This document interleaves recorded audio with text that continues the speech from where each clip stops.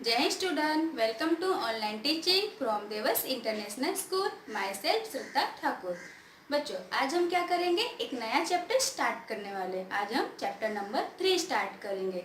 उससे पहले हम चैप्टर नंबर 2 की बात करेंगे। चैप्टर नंबर 2 मैंने आपको क्या कराया था, सच्चे मित्र। चैप्टर नंबर 2 था हमारा सच्चे मित्र, जो स्टोरी थी एक, वो मैंने आपको रीड कराई थी और हमने उसे एक्सप्लेन करा था। उसके बाद हमने अपने CW के नोट में और टेक्स्ट बुक में कंप्लीट किया था और लास्ट में हमने वर्कशीट भी की थी।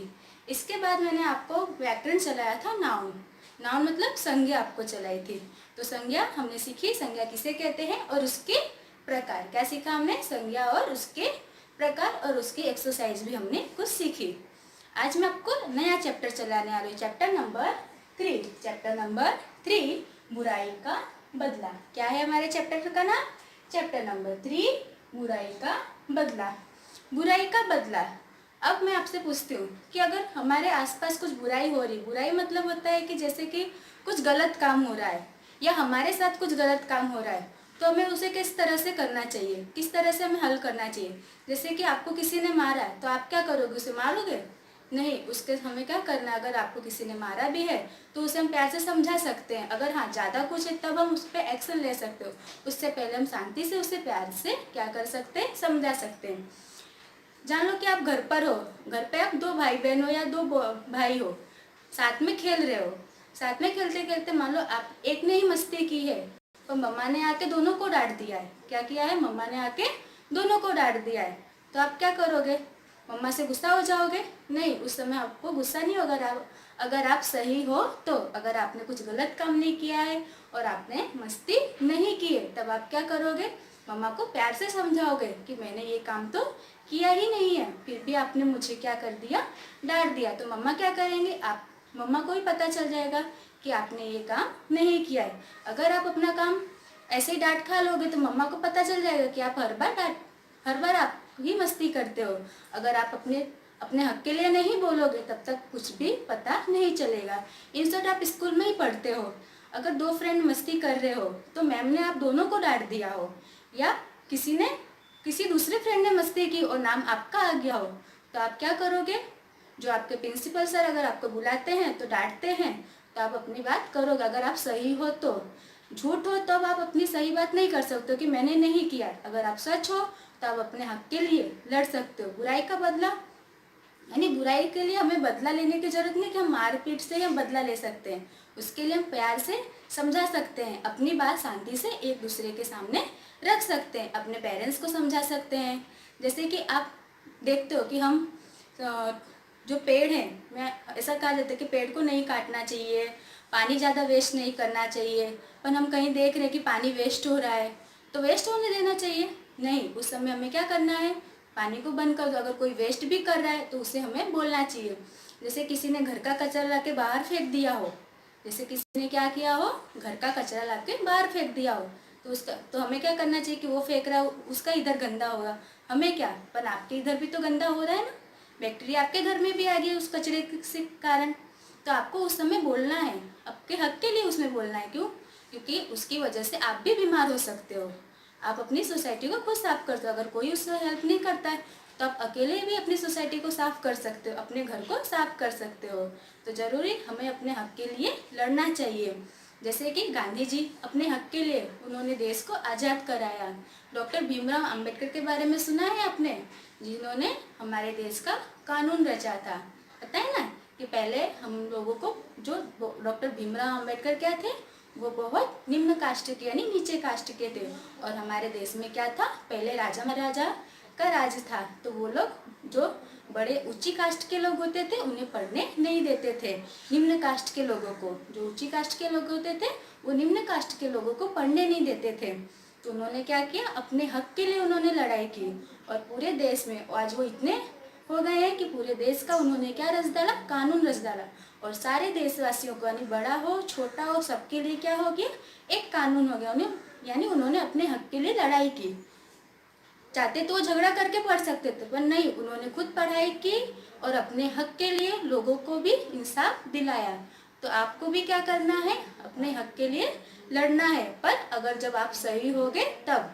तभी कोई आपकी बात सुनेगा। लेकिन आप गलत होगे और आप सिर्फ ऐसे लड़ते जाओगे तो आपकी बात कोई नहीं सुनेगा। तो ऐसे ही चैप्टर नंबर 3 है बुराई का बदला। इसमें भी एक सांप के बारे में बताया गया है कि किस तरह से वो अपने हक के लिए लड़ता नहीं है। तब एक साधु जी आते हैं, उसे बताते हैं कि आपको आपके हक के लिए लड़ना चाहिए। तो हम चैप्टर में देखेंगे कि किस तरह से सांप को लोग हैरान करते हैं और सांप उनसे परेशान होता है और साधु किस तरह से उस सांप को समझाते हैं। तो बच्चों, आपको आज हम चैप्टर नंबर 3 पढ़ेंगे जिसका नाम है बुराई का बदला। और उसकी वजह से हम क्या करेंगे, देखेंगे इस स्टोरी में किस तरह से सांप को साधु समझाते हैं। यहाँ पर अन्याय किसके साथ होता है, सांप के साथ होता है। किसके साथ, लोग सांप को हैरान करते रहते हैं। तो सांप अपना बदला किस तरह से लेता है वो इस चैप्टर में हमें बताया गया है। तो सभी लोग अपनी हिंदी की टेक्स्ट बुक निकालेंगे। तो सभी बच्चों ने अपनी हिंदी की टेक्स्ट बुक निकाल ली। ओके, पेज नंबर 15 निकालना है। चैप्टर नंबर 3, चैप्टर नंबर 3 क्या है हमारा, बुराई का बदला। तो सभी लोग अपनी हिंदी की टेक्स्ट बुक निकाल लेंगे जल्दी जल्दी से, जिसने अभी तक नहीं निकाली हो। हाँ, अब चैप्टर का नाम है हमारा बुराई का बदला। तो मैं चैप्टर को आपको क्या करना है, अब मैं आपको समझाऊंगी और सबकी फिंगर कहाँ होनी चाहिए, अपनी अपनी टेक्स्ट बुक में। कहाँ होनी चाहिए, अपनी अपनी टेक्स्ट बुक में। और जिसके पास टेक्स्ट बुक नहीं है वो यहाँ स्क्रीन पे दिख रहा है, मैं आपको पूरा चैप्टर दिखाऊंगी रीड करते हुए और आपको यहाँ पर ध्यान देना है। ओके, तो मैं चैप्टर को पढ़ना शुरू करती हूँ। सब लोगों का ध्यान यहाँ पर होना चाहिए। Okay, very good. और मेरे साथ जब मैं रीड करूँगी तो आपकी फिंगर होनी चाहिए और आपको भी मेरे साथ उसे रीड कर लेना है। किसी गांव के किनारे एक खेत था, यानी गांव के किनारे। किनारे मतलब क्या होता है, आपको पता है, जैसे नदी का किनारा होता है ऐसे गांव के किनारे क्या था, एक खेत था। खेत तो पता है ना आपको, तो गांव में तो खेत होते ही हैं। तो ऐसे एक गांव था और वहाँ पर क्या था, एक खेत था। उस खेत में एक बाबी थी। बाबी का मतलब होता है बिल। क्या होता है, बाबी का मतलब होता है बिल। जैसे चूहा कहाँ रहता है, बिल में रहता है, तो उसे हम बाबी भी बोल सकते हैं। ठीक है, तो वैसे एक खेत में एक बिल, बाबी में जहरीला सांप रहता था। क्या था, फिर से मैं रीड करूँगी। किसी गांव के किनारे एक खेत था, उसमें उस खेत में एक बाबी में जहरीला सांप रहता था। कौन रहता था उस बाबी में, जहरीला सांप। यानी एक गांव के पास में एक खेत होता है जिसमें एक बिल होती है। क्या होती है, बाबी। बाबी का मतलब होता है बिल। उस बिल में एक सांप रहता था। कौन रहता था, एक सांप। जैसे चूहा बिल में रहता है वैसे कुछ सांप भी कहाँ रहते हैं, बिल में रहते हैं। कुछ सांप पानी में भी रहते हैं, कुछ सांप कहाँ रहते हैं, पेड़ पे भी रहते हैं। तो जो सांप इसमें बताया गया वो कहाँ रहता था, खेत के जो बिल था उसके अंदर रहता था। वो भोजन की तलाश में अपनी बाबी से निकलकर खेत में इधर उधर घूमता रहता था। वो क्या करता था, जब उसे भूख लगती थी तो भोजन की तलाश में, जैसे हमें भूख लगती है तो हम खाना खा लेते हैं, पर इन्हें तो खाना इतनी आसानी से नहीं मिलता है, तो इन्हें अपना खाना क्या करना पड़ता है, खोजना पड़ता है। तो ये क्या करते हैं कि वो भोजन की तलाश में अपनी बाबी से निकलकर खेत में इधर उधर घूमता रहता है। यानी क्या करता है, जब उसे भूख लगती है तो अपनी बाबी में से, यानी अपने वो बिल में से बाहर निकल कर क्या करता है, ऐसा घूमता रहता है।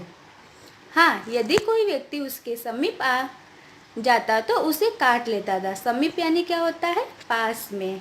क्या होगा समीप का मतलब, पास में। हाँ, यदि कोई व्यक्ति उसके पास आ जाता है तो उसे काट लेता है। समीप का मतलब होगा पास में। तो जो व्यक्ति उसके, कोई व्यक्ति का मतलब तो बोलता है कोई भी व्यक्ति, मनुष्य जो उसके पास आ जाता है उसे वो क्या कर लेता था, काट लेता था। उसके काटने से कई लोगों की मृत्यु हो चुकी थी। क्या हो गया था, उसके काटने से कई लोगों की मृत्यु हो चुकी थी। मृत्यु का मतलब यानी मर जाते हैं वो। तो उसके काटने से कई लोगों की मृत्यु हो गई थी। लोगों ने डर के मारे उस खेत की ओर जाना छोड़ दिया। क्या हुआ, लोगों ने डर के मारे, जैसे कि सबको सांप से क्या लगने लगा, डर लगा। क्यों? जब सांप अपने बिल से निकलता था, अगर कोई भी उसके पास चला जाता था तो वो क्या करता था, उन्हें काट लेता था। और पता है ना आप सभी को, जब सांप काट लेता है तो क्या हो जाता है, उसका जहर हमारे शरीर में चला जाता है। सांप जहरीले होते हैं, आप सभी को पता है ना। तो वो क्या होता है, उसका सांप हमारे शरीर में चला जाता है, जिसकी वजह से हमारी मृत्यु भी हो सकती है, जिसकी वजह से हम मर भी सकते हैं। तो ऐसे ही सांप ने क्या किया था, जो उसके पास जाता था, जो उसके पास से गुजरता था, तो क्या करता था, सांप उसे काटने लगता था। और काटने से कुछ लोग क्या हो गए थे, मर गए थे। तो लोगों ने डर के मारे उस खेत की ओर जाना ही छोड़ दिया। यानी लोगों ने क्या किया, फिर उस खेत की ओर से जाना ही छोड़ दिया। जैसे कि लोग, जो गांव के लोग थे, वो लोग क्या करने लगे, उस खेत के वहाँ से जाना ही उन्होंने क्या कर दिया, छोड़ दिया। दूसरे रास्ते से वो जाने लगते थे। अगर उन्हें कहीं जाना भी था तो उस रास्ते से नहीं जाते थे। क्यों नहीं जाते थे?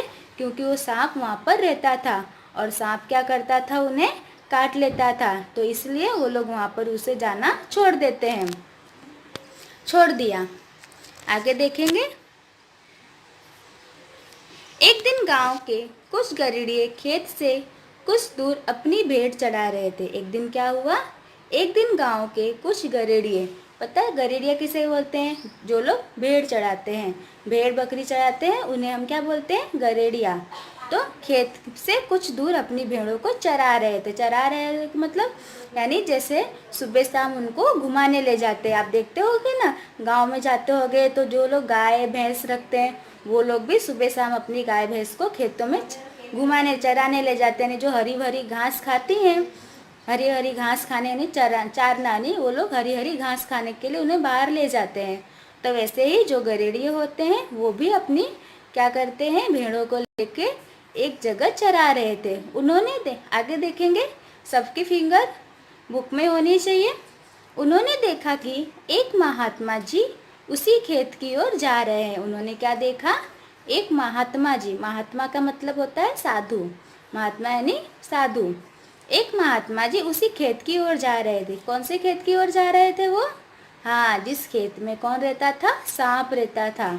उन्होंने क्या देखा कि जो साधु है, आप चित्र में देख रहे हो कि साधु जा रहा है और पीछे से एक आदमी उसे क्या कर रहा है, चिल्ला के बुला रहा है ना। तो हाँ, साधु क्या करता है, उस खेत की ओर वो जा रहा था। तो क्या हुआ, सभी ने उसे देखा। कौन जा रहा था खेत की ओर? साधु। किस खेत की ओर जा रहे थे वो? जिस खेत में सांप रहता था। कौन सा सांप रहता था? तो जहरीला सांप रहता था। तो वो क्या करे कि उस खेत की ओर से वो, जब साधु जा रहे थे तो लोगों ने उन्हें देखा। जहाँ सांप की बाबी थी, यानी जहाँ सांप का बिल था। देखो यहाँ पे लिखा है ना कि साधु कौन से खेत की ओर जा रहा था, जहाँ सांप का बिल था। बाबी का मतलब मैंने आपको बताया क्या होता है, बिल। तो उस खेत की ओर जा रहा था जहाँ सांप की क्या होती है, बाबी होती है। ओके। गरेड़िया चिल्लाया, महात्मा जी तनिक रुकिए। यानी महात्मा जी, गरेड़िया क्या होता है, उन्हें चिल्लाता। तनिक यानी कि जरा सा, तनिक का मतलब क्या होता है, जरा सा रुकिए, उस खेत की ओर मत जाइए। क्या बोलता है कि महात्मा जी उस खेत की ओर मत जाइए, उस खेत की ओर मत जाइए, वहाँ एक जहरीला सांप रहता है। वो महात्मा जी को क्या बोलता है कि महात्मा जी थोड़ा सा रुकिए और आप उस खेत की ओर मत जाइए, वहाँ कौन रहता है, वहाँ पर एक जहरीला सांप रहता है। हाँ, तो वहाँ कौन रहता है, जहरीला सांप। तो बोलते हैं कि आप थोड़ा रुकिए, उस खेत की ओर मत जाइए। तनिक का मतलब होता है जरा सा, तनिक का मतलब क्या होगा, जरा सा रुकिए, उस खेत की ओर मत जाइए, वहाँ पर जहरीला सांप है। ऐसा कौन कहता है, गरेड़िया। किसे कहता है, साधु को। क्या कहता है कि थोड़ा सा रुकिए और आप उस खेत की ओर मत जाइए जहाँ पे कौन रहता है, जहरीला सांप। महात्मा जी मंद मंद मुस्कुराए और बोले, चिंता मत करो। क्या कहा, महात्मा जी ने कहा, महात्मा जी मंद मंद मुस्कुराए, यानी अंदर ही अंदर वो थोड़ा सा मुस्कुराते हैं और बोलते हैं चिंता मत करो। चिंता का मतलब बोलते हैं नहीं, टेंशन मत करो। महात्मा जी क्या बोलते हैं, मंद मंद, मंद यानी कि धीरे से, एकदम जोर से नहीं हंसते, मंद मंद यानी धीरे धीरे से हंसते हुए उस गरेड़िए को बोलते हैं कि चिंता मत करो। मैंने अभी इतना ही चैप्टर रीड किया है और इतना ही आपको समझाया है, तो बाकी का मैं आपको नेक्स्ट पीरियड में समझाऊंगी। पर उससे पहले हम क्या करेंगे, जितना मैंने आपको समझाया है उतना हम उससे एक बार रीड करेंगे। तो सभी लोग अपनी फिंगर वहाँ पर रखेंगे। ओके, फिर से किसी गांव के किनारे, आप सबको भी मेरे साथ साथ रीड करना है। ओके, आप सबको भी क्या करना है, मेरे साथ साथ रीड करना है। किसी गांव के किनारे एक खेत था। उस खेत में एक बाबी में जहरीला सांप रहता था। वह भोजन की तलाश में अपनी बाबी से निकलकर खेत में इधर उधर घूमता रहता था। हाँ, यदि कोई व्यक्ति उसके समीप आ जाता तो उसे काट लेता था। उसके काटने से कई लोग की मृत्यु हो चुकी थी। सबका ध्यान है ना, सबकी फिंगर होनी चाहिए। लोगों ने डर के मारे उस खेत की ओर जाना छोड़ दिया। आगे, एक दिन गांव के कुछ गरेड़िए खेत से कुछ दूर अपनी भेड़ें चरा रहे थे। उन्होंने देखा कि एक महात्मा जी उसी खेत की ओर जा रहे हैं जहाँ सांप की बाबी थी। गरेड़िए चिल्लाए, महात्मा जी तनिक रुकिए, उस खेत की ओर मत जाइए, वहाँ एक जहरीला सांप रहता है।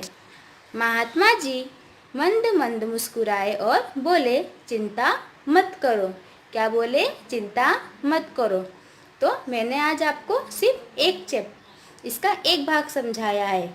अब हम नेक्स्ट लेक्चर में देखेंगे कि महात्मा जी उस खेत की ओर जाते हैं कि नहीं जाते हैं, और फिर सांप उन्हें काटता है कि नहीं काटता है, वो गरेड़िए का कहना मानते हैं कि नहीं मानते। अभी तो उन्होंने क्या बोल दिया कि चिंता मत करो, पर फिर पता नहीं वो जाते भी हैं कि नहीं। अगर जाते भी हैं तो सांप उन्हें काटता है या नहीं, ये हम कब देखेंगे? नेक्स्ट लेक्चर में। कब देखेंगे? नेक्स्ट लेक्चर में। तब तक आपको जितना आज मैंने आपको समझाया है उतना आपको होमवर्क में क्या करना है, क्या करोगे होमवर्क में? इतने पार्ट को क्या करना है, आपको रीड करना है। अच्छे से रीड करना सबको आना चाहिए। धीरे धीरे एक एक लाइन को आपको रीड करना है, जैसे मैंने अभी आपको रीड करा है। ओके, तो घर पे जब आप इसे रीड करोगे तो अपनी फिंगर रखकर एक एक लाइन को अच्छे से रीड करोगे और स्टोरी को समझोगे, जैसे मैंने अभी आपको समझाया है। ओके, और रीड करके अपने मम्मा या पापा को आपको सुनाना है। अच्छे से आपको इसे रीड करना है। ओके, आगे की स्टोरी में आपको नेक्स्ट लेक्चर में समझाऊंगी। ठीक है।